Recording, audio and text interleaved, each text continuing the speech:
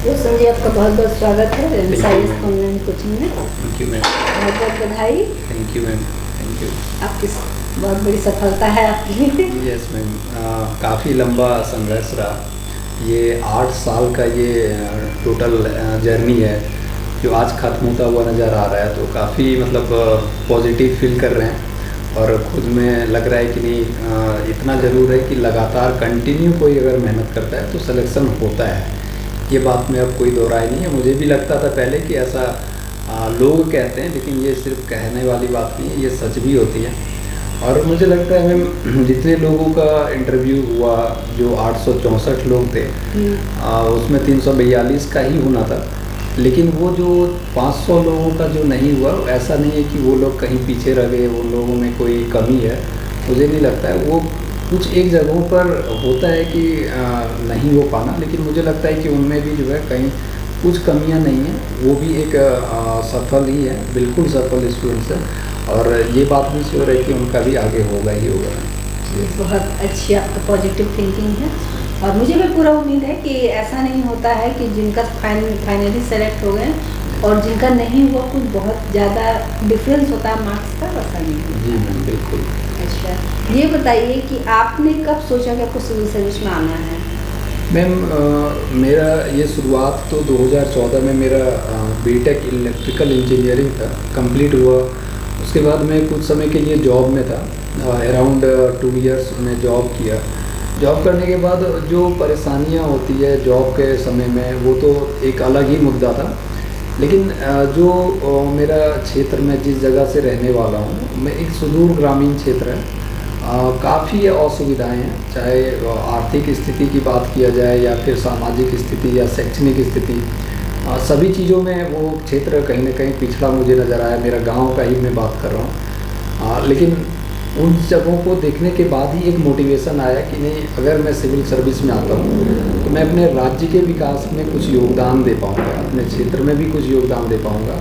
और उस मोटिवेशन के साथ मैं जो है 2017 से मैं कंटिन्यू लगा हुआ था और अंततः जाकर के आज मुझे सफलता मिला।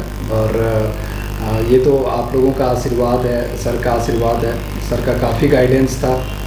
विशेष रूप से तो मैं वो दिन को भी नहीं भूल पा रहा हूँ जो इंटरव्यू का वो दिन था। और सर के साथ जो मैं आज भी, मेरा शरीर जो है बॉडी में वो एक सनसनाहट सी होती है जब वो बातें मुझे याद आती है सर की। सर ने कहा था कि काफ़ी बेहतरीन हो, क्यों डिप्रेशन में हो, चेहरा ऐसा उदास सा क्यों है। और वो लास्ट इंटरव्यू कहीं ना कहीं मेरा जो है सब कुछ बदल दिया, वो मोटिवेशन। और काफ़ी बढ़िया रहा मैम। इससे ज़्यादा मैं एक्सप्रेस नहीं कर पाऊँगा, इमोशनल हो जाता हूँ चीज़ों को लेकर के। Yes ma'am. बात सही है, नहीं आप में टैलेंट था, ये तो पता था।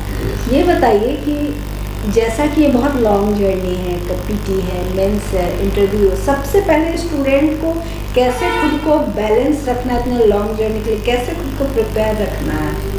मैम, जहाँ मैं अपने एक्सपीरियंस से जब मैं बात करता हूँ, मैं खुद में जब देखता हूँ, तो सिविल सर्विस में सबसे बड़ी बात तो है कि एक धैर्य का जो है एक स्थिति होना, पेशेंस का होना बहुत ज़्यादा ज़रूरी है।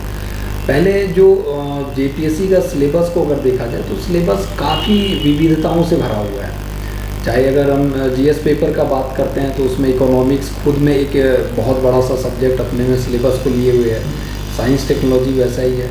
तो मुझे लगता है मैम कि अगर स्टूडेंट अगर तैयारी कर रहे हैं तो तैयारी के दौरान में उनको ये फोकस्ड होना चाहिए कि पहले मेंस के सभी विषयों को अच्छी तरीके से किया जाए। और जहाँ तक प्रीलिम्स का मुद्दा है, तो प्रीलिम्स तो मैम मैं खुद में जब मैं तैयार कर रहा था तो 110 नंबर का तो झारखंड है। तो झारखंड को अगर तरीके से नोट्स बना करके किया जाए, मेंस को भी उसके साथ इंक्लूड किया जाए प्रीलिम्स के साथ, तो प्रीलिम्स नहीं रुकता है। प्रीलिम्स अगर टारगेट, मैं तो अपने खुद का अगर देखूं तो मैं टारगेट 150 का लेकर के चलता था आउट ऑफ 200 क्वेश्चंस प्रीलिम्स में। और इस बार भी मैं देखता हूं कि इस बार मेरा जो प्रीलिम्स हुआ तो झारखंड का वेटेज के कारण मैं झारखंड को विशेष रूप से तैयार किया और झारखंड में मेरा काफ़ी सही भी था। और प्रीलिम्स अच्छा पकड़ है, पता है। प्रीलिम्स में मेरा टोटल मुझे आज याद है कि मैं 154 मेरा और सही हुए था, क्वेश्चन सही हुआ था। और मेंस का मैं कि सबसे महत्वपूर्ण मुद्दा ये है कि मेंस जो मैं खुद में महसूस किया हूँ कि अगर आंसर राइटिंग का तरीका को अगर खुद में समाहित करें, आंसर राइटिंग को कंटिन्यू किया जाए, नोट्स को वेल डिफाइंड नोट्स को तैयार किया जाए, तो एक ज़्यादा बेहतर होगा कि सफलता मिल सके। और सबसे बड़ी बात में कि मेरा जो टारगेट रहता था कि नोटिफिकेशन आने से पहले, प्रीलिम्स का नोटिफिकेशन आने से पहले मैं अपना मेंस कंप्लीट कर लेता था सारा। तो जैसे कि आपको पता है कि 4 पेपर है, सबका नेचर अलग है ना, तो आपको अगर आपको क्वेश्चन के लिए बोला जाए तो क्या क्या एक आइडियल क्वेश्चन के लिए कौन कौन सा स्ट्रेटजी को फॉलो किए? मैम सबसे पहले तो मैं मैं बारीकी से मैं चीज़ों को देखा हूँ। मैं सबसे पहले मैं 6th JPSC का भी मेंस दिया था, 7th JPSC का भी मेंस दिया था, और कुछ एक चीज़ों के कारण से मेरा नहीं हो पा रहा था। और 11th JPSC में जब आया था तो मैं सबसे पहले तो ये अपने में टारगेट रखा था कि सिलेक्शन ऑफ क्वेश्चन, कि अगर मेंस में जो JPSC पूछ रहा है उसके डिमांड के अनुसार उसको वैसे क्वेश्चन को सेलेक्ट किया जाए जहाँ पर हम ज़्यादा से ज़्यादा पिक्टोरियल एनालिसिस कर सकते हैं, ग्राफिकल प्रेजेंटेशन कर सकते हैं, फ्लो चार्ट का प्रयोग कर सकते हैं, मैपिंग कर सकते हैं। ऐसे में क्या होता है कि एक स्ट्रक्चर जो है ना, ब्यूटीफुल एक आंसर राइटिंग हम लोगों को देखने को मिलता है। और जिस तरीके का आज का डेट का जो कंपटीशन है, ये बिल्कुल सब लोग सोचते हैं कि स्टेट PCS है, लेकिन स्टेट PCS का भी रूपरेखा कहीं ना कहीं अब UPSC के तर्ज पर चल रहा है। तो आंसर राइटिंग एक फैक्चुअल आधार पर किया जाए। और तैयारी के क्रम में सबसे पहले तो मुझे ये लगता है मैम कि अगर वैसे सब्जेक्ट्स को सबसे पहले ऊपर प्रेफरेंस में ऊपर रखा जाए जो सबसे कठिन देखने को लगता है, मतलब कि सिलेबस जिसका ज़्यादा है। तो यहाँ पर हम आपको रोकेंगे। yes. तो जैसे आप बोले कि कोई भी आंसर लिखना है तो इस तरीके से लिखना है। yes. तो आंसर लिखने के लिए क्या पर डे उसका प्रैक्टिस करना चाहिए, या फिर कितना वर्ड होना चाहिए एक आइडियल आंसर का? आपका वर्ड क्या है? क्या हर एक क्वेश्चन आंसर में आप हर चीज़ ऐड कर देंगे, जैसे पिक्चर है, फिर आपका फ्लो चार्ट है, डायग्राम है, हर चीज़ को आप इनपुट करना चाहेंगे, या फिर कुछ अलग अलग रहता है? और कितना लगभग एवरेज वर्ड्स आप यूज़ किए लिखने का? मैम मुझे आज भी याद है कि जब मैं 11th JPSC का मैं मेंस का तैयारी कर रहा था और जिस स्ट्रेटजी के साथ तैयारी कर रहा था, तो मेरा माइंड में तो सबसे पहले मैं ये फिक्स रखा था कि सबसे पहली बात तो कि अपने आंसर को ज़्यादा से ज़्यादा सुंदर बनाया जाए। सुंदर बनाने के क्रम में अगर पहले तो दोनों साइड मार्जिन छोड़ना चाहिए, जिससे कि क्या होता है कि एक सुंदरता खुद ब खुद आता है। इसके अलावा मैम जिस तरह से अगर इकोनॉमिक्स का यूज़ कर रहे हैं, इकोनॉमिक्स पेपर का बात करें, तो इकोनॉमिक्स में क्या है कि मैम जितना ज़्यादा अगर डाटा का लोग जो प्रयोग करते हैं स्टूडेंट्स, वो प्रेजेंटेशन कहीं ना कहीं जो है कभी कभी जो है क्या होता है कि बोरिंग सा हो जाता है। जैसे कोई डाटा को जो है पैराग्राफ लिख रहे हैं और उस पैराग्राफ में डाटा को लिखते जा रहे हैं, जैसे कि झारखंड में गरीबी की इतनी स्थिति है, तो उसे मतलब उसको अलग से एक फ्रेम बनाकर आप एक बात की तरह बनाकर दिखाया जाए तो ज़्यादा बेहतर होता है। तो जिस तरीके से बजट का आता है, या फिर जिस तरीके से आर्थिक सर्वेक्षण में पाई चार्ट का प्रयोग किया जाए, या फिर बार डायग्राम का प्रयोग किया जाए, या लाइन ग्राफ का प्रयोग किया जाए, उन चीज़ों का विशेष रूप से फोकस करके कंपेयर करना चाहिए कि 2003 में अगर गरीबी इतना था तो 2014 में इतना है, 2017 में इतना है, तो वो एक मतलब वेल डिफाइंड वो चीज़ें दर्शाती हैं। तो आंसर राइटिंग में इससे जो है ज़्यादा से ज़्यादा बेहतर होती है। दूसरा मैम अन्य GS पेपर का जब मैं अपने आप में तैयारी के दौरान में एक्सपेरिमेंट जो मैं खुद में किया इस बार, वो एक्सपेरिमेंट ये था मैम कि जैसे कि ज्योग्राफी का अगर आंसर राइटिंग कर रहे हैं या फिर हिस्ट्री का आंसर राइटिंग कर रहे हैं, तो सबसे पहले माइंडसेट में मेरा ये रहता था कि किस तरीके से उसको हम एक सब डायमेंशन में तोड़ें, एक सब हेडिंग क्रिएट करें। जैसे कि इस बार का ही एक मैं क्वेश्चन का उदाहरण दे करके मैं आपको बताना चाहूँगा मैम। एक फिजिकल ज्योग्राफी में मैं क्वेश्चन को अटेम्प्ट किया था, उष्णकटिबंधीय चक्रवात और शीतोष्णकटिबंधीय चक्रवात के बीच अंतर। तो उसमें मैं क्रिएट किया था कि गति के आधार पर अंतर, राजनीतिक स्थिति के आधार पर अंतर, मतलब कि उसमें मैं मैपिंग कर सकता हूँ कि वर्ल्ड में एरिया वाइज अंतर, उसी तरीके से उत्पत्ति क्षेत्र के आधार पर अंतर। तो ये सब हेडिंग क्रिएट करना जो है खुद में एक जो है डायनेमिक आंसर राइटिंग को क्रिएट करता है, और ये चीज़ें हर एक सब्जेक्ट में आ सकती हैं। हिस्ट्री में भी ये आधार बनाना, जो सब डायमेंशन क्रिएट करना, वहाँ पर भी हो सकता है, इकोनॉमिक्स में भी हो सकता है, साथ ही साथ रीजनल लैंग्वेज को ये तो आपका रीजनल पेपर खोटा रहा है। तो आप खोटा में क्या ऐसा एक्सपेरिमेंट कर पाएँ, क्योंकि वहाँ क्वेश्चन की संख्या ज़्यादा होती है और लिखना 3 घंटे में पॉसिबल कर हो पाया आपका? मैम इस बार का जहाँ तक बात है, कोटा का तो क्वेश्चन सारा मैं अटेम्प्ट किया था और मुझे लगता है कि मैं अराउंड ऑफ मैं जहाँ तक याद कर पा रहा हूँ 44 या 45 पेज में कोटा में लिखा था। और लिखने के क्रम में मैं 1-2 जगह एक्सपेरिमेंट तो किया हूँ, फ्लो चार्ट काफ़ी जगहों पर मैं बनाया। एक में मुझे क्वेश्चन याद आ रहा है और मैं आपके माध्यम से सभी जो तैयारी कर रहे एस्पिरेंट्स को भी मैं बताना चाहूँगा। जैसे कि एक क्वेश्चन आया था कि कोटा भाषा का प्रकार, जैसे कि सिखरिया कोटा हो गया या जो खासपेलिया कोटा हो गया या संथाल परगनिया कोटा हो गया, ये क्वेश्चन इस बार भी था। तो इस क्वेश्चन को, उसके विशेषताओं को लिखने के बाद मैं जो है उस जगहों पर झारखंड का मैप बनाया था। अच्छा। और झारखंड किस एरिया में बोला जाता है इसको? Yes ma'am. और झारखंड का मैप बनाने के बाद उस क्षेत्र विशेष के आधार पर, वो संथाल परगना का क्षेत्र तो संथाल परगनिया कोटा, खासपेलिया कोटा का क्षेत्र, रामगढ़िया कोटा का क्षेत्र, मतलब कि एक डायनेमिक आंसर राइटिंग को अच्छा अट्रैक्टिव बनाने का Yes. कोशिश किया। Yes. बहुत अच्छा।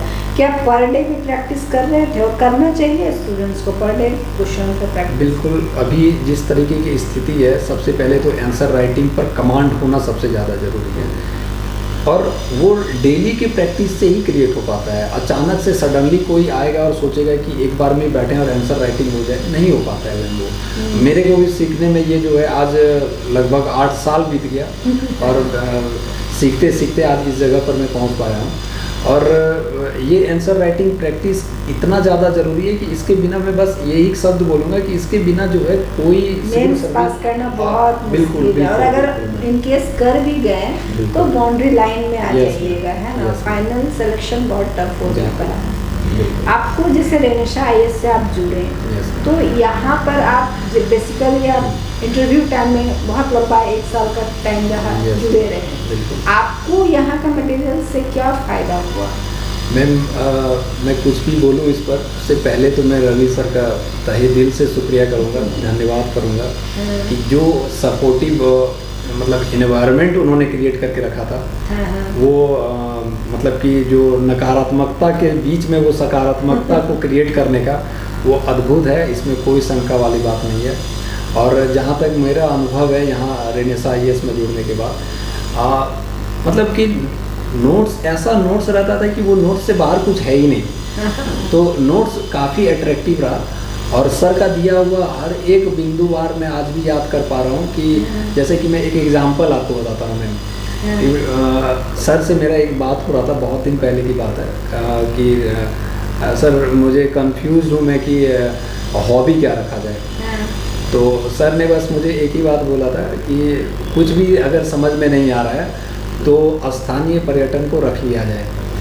और मेरे दिमाग में वो 2 दिन तक चलता रहा कि ये स्थानीय पर्यटन में आखिर ऐसा क्या चीज़ क्रिएट हो सकता है।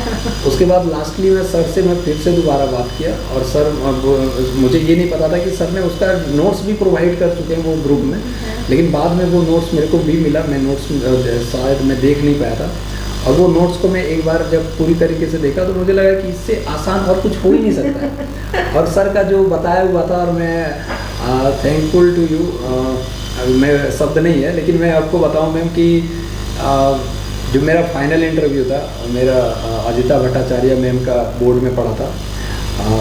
लास्ट मेंबर मेरे से जो है इसी हॉबी पर ही बात की है और इस हॉबी पर मैं इतने ज़्यादा डायमेंशन पर अपने बातों को बताया, तो मुझे लगता है कि इंटरव्यू मेरा जो है कहीं ना कहीं अगर बेहतर हुआ तो इसमें पॉइंट पे हुआ। बिल्कुल। और ये जो है मतलब कि इसके लिए जो है रेनेशा आईएएस को बहुत दिल से थैंक यू, धन्यवाद।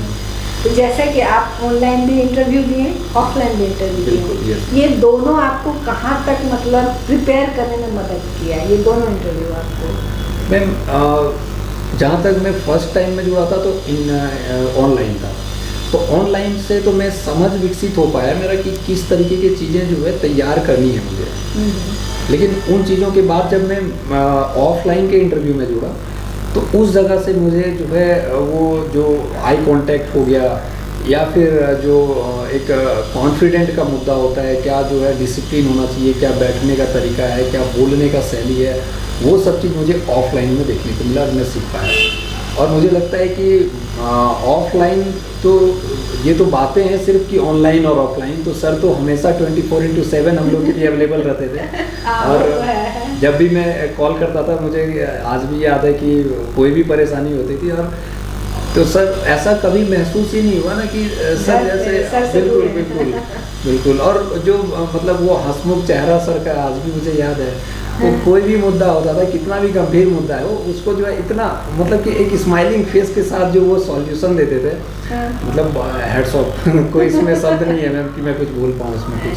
अच्छा, तो जैसा कि आप इंटरव्यू दिए है ना, आपको बहुत अच्छा फील हुआ, आपके जो बायोडाटा पे वर्क हुआ वो आपको लगा कि हाँ सही है, आप सेटिस्फाइड थे? बिल्कुल मैम। फर्स्ट और ये लास्ट इंटरव्यू के जिस दिन होते तक, अंतिम इंटरव्यू मेरा जब यहाँ मॉक इंटरव्यू था, उस समय तक आते आते तक तो मुझे कोई एक भी क्वेश्चन मेरे पास माइंड में था नहीं, और एक भी मतलब कि कंफ्यूजन भी नहीं रहा। मेरे बायोडाटा पर हर एक पॉइंट्स पर सर ने काम किया, और शायद मैम आप भी थी उसमें शामिल। और मुझे आज भी याद है कि वो अंतिम इंटरव्यू में आपका वो प्रश्न, और वो प्रश्न किस तरीके से मेरे को रोटेट किया, तो कहने का मतलब है मैम कोई भी कन्फ्यूजन नहीं रहा। अंतिम तक आते आते सब कुछ क्लियर हो चुका था।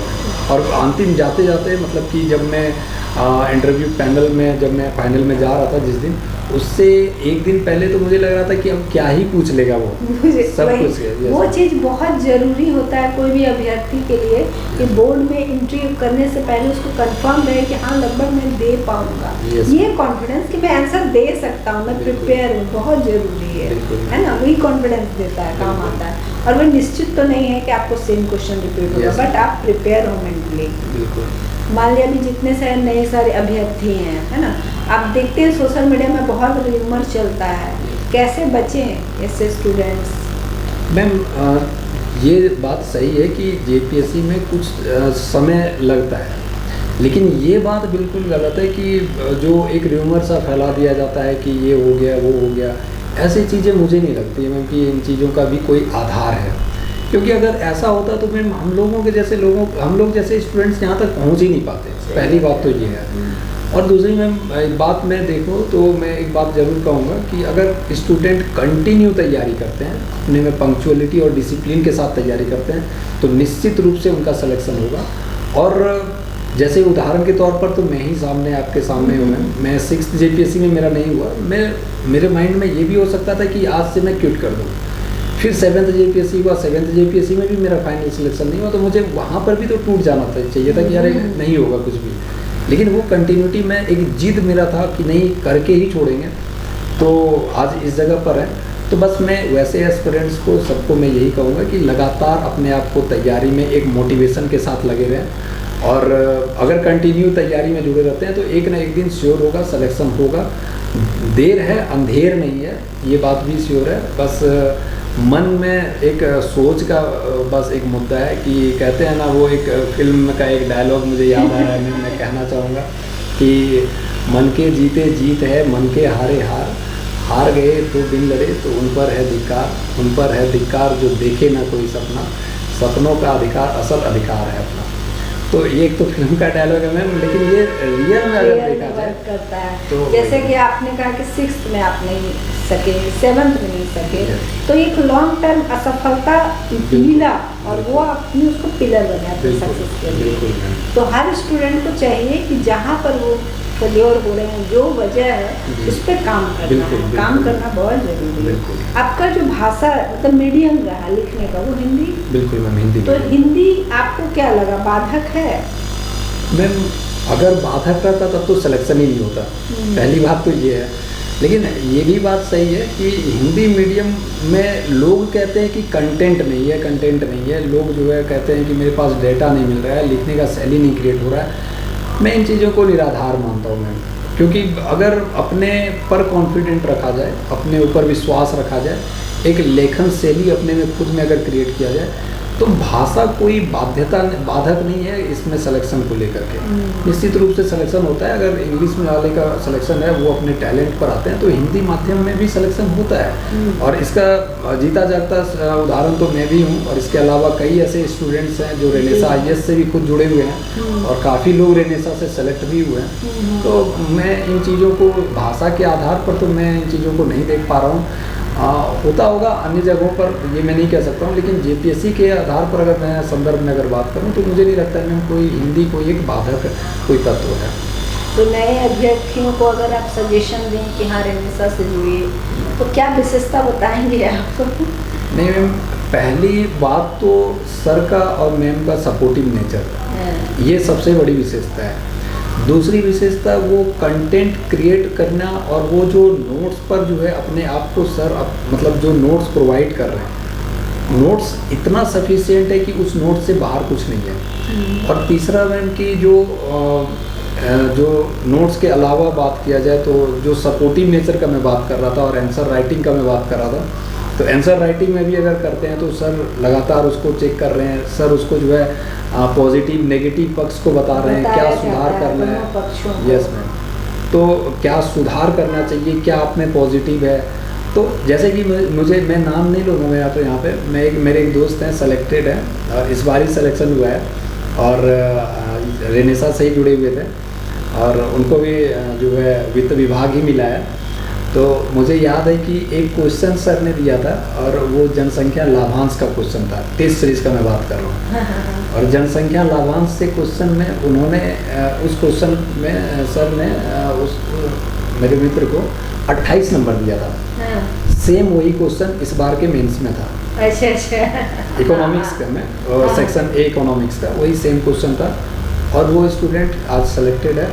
तो इसी से ही मतलब एक बता सकते हैं कि क्या यहाँ का तैयारी का लेवल है, और क्वेश्चन जो क्रिएट किया जा रहा है, क्वेश्चन डायरेक्ट आ रहा है, तो कहने का मतलब है मैम कहीं ना कहीं जो है सपोर्टिव नेचर के साथ साथ जो है वो चीज़ बताया जा रहा है कि जो एग्ज़ाम के लिए ज़रूरत है। सही बात है।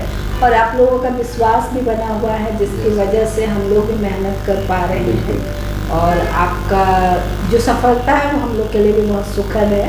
बहुत अच्छा फील हुआ कि आप सब क्वालिफाई किए हैं, अपने क्षेत्र में आगे बढ़ रहे हैं। उम्मीद करेंगे फाइनेंस सर्विस में आप जब जाइएगा तो बहुत अच्छा कीजिएगा, है ना। झारखंड सरकार को बहुत सुविधा मिलेगी, आप तो आप उसके अब हो चुके हैं, है ना। हाँ, और रेनेसा ये से सदैव जुड़े रहिए, जब भी जरूरत है। आपसे जो जूनियर आ रहे हैं, आपके साथ पार्टी हैं, जो भी रहे हैं अब तक, सबको सपोर्ट कीजिए हमेशा, है ना। ये हम हमेशा उम्मीद रखेंगे, क्योंकि पढ़ते रहने से इंसान हमेशा एक्टिव रहता है। निश्चित रूप से ठीक है, आपको बहुत बहुत शुभकामनाएं, बहुत बहुत बधाई, है ना। बहुत अच्छा किए हैं आप लोग का, मतलब एक लंबा स्ट्रगल का एक सुखद अंत आप कह सकते हैं। और ये अंत नहीं है, ये बिगिनिंग है आपका। अब आपका जो पूरा करियर है उसको अब देखा जाएगा, जज किया जाएगा, और आप तक आपने जो सीखा है वो आगे। आपको वंस अगेन फिर से बहुत बहुत बधाई सर जी। ठीक है, थैंक यू। ठीक है,